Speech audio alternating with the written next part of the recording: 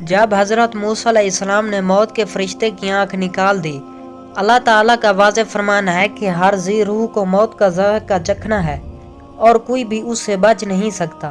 انسانوں کی روحیں قبض کرنے کا ذمہ اللہ تعالیٰ نے اپنے 4 مقرب فرشتوں میں سے ایک حضرت اسرائیل علیہ السلام کے ذمہ لگا رکھا ہے۔ انہیں ملک الموت بھی کہا جاتا ہے۔ یہ مومنوں کی روحیں انتہائی خوبصورت شکل میں آ کر قبض کرتے ہیں، جبکہ کافروں کی روح قبض کرتے وقت انتہائی خوفناک شکل میں آتے ہیں۔ آج ہم ملک الموت کے حوالے سے 2 واقعات بیان کریں گے، جن میں سے ایک حضرت ابراہیم علیہ السلام کے ساتھ جبکہ دوسرا حضرت موسیٰ علیہ السلام کے ساتھ پیش آیا۔ حضرت ابو ہریرہ رضی اللہ عنہ فرماتے ہیں کہ موت کے فرشتے کو حضرت موسیٰ علیہ السلام کی طرف انسانی صورت میں بھیجا گیا۔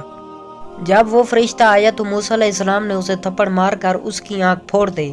وہ رب تعالیٰ کے پاس واپس گیا اور عرض کیا، اے اللہ، تو نے مجھے ایسے بندے کی طرف بھیجا جو مرنا نہیں چاہتا۔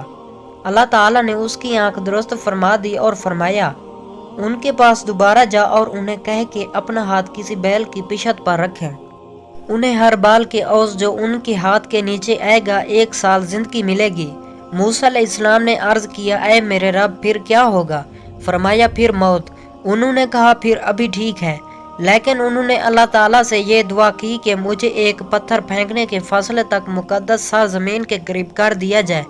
رسول اللہ صلی اللہ علیہ وآلہ وسلم نے فرمایا، اگر میں وہاں ہوتا تو تمہیں راستے کی ایک جانب سرخ رنگ کے ٹیلے کے نیچے ان کی قبر دکھاتا۔ حضرت موسیٰ علیہ السلام نے ملک الموت کو تھپڑ مار کر ان کی آنکھ کیوں پھوڑ دی؟ اس بارے میں ابن بطار رحمت اللہ لکھتے ہیں کہ اصل میں اللہ تعالیٰ نے فرشتے کو حضرت موسیٰ علیہ السلام کے امتحان کے لیے بھیجا تھا، نہ کہ موت کے لیے۔ دوستو، اس طرح کے مزید اسلامی واقعات کے قصے سننے کے لیے ہمارے یوٹیوب چینل اردو کہانیاں کو سبسکرائب ضرور کر لیں، تاکہ آپ کو اس چینل پر مزید اس طرح کے نئے اسلامی واقعات کے قصے سننے کو ملتے رہیں۔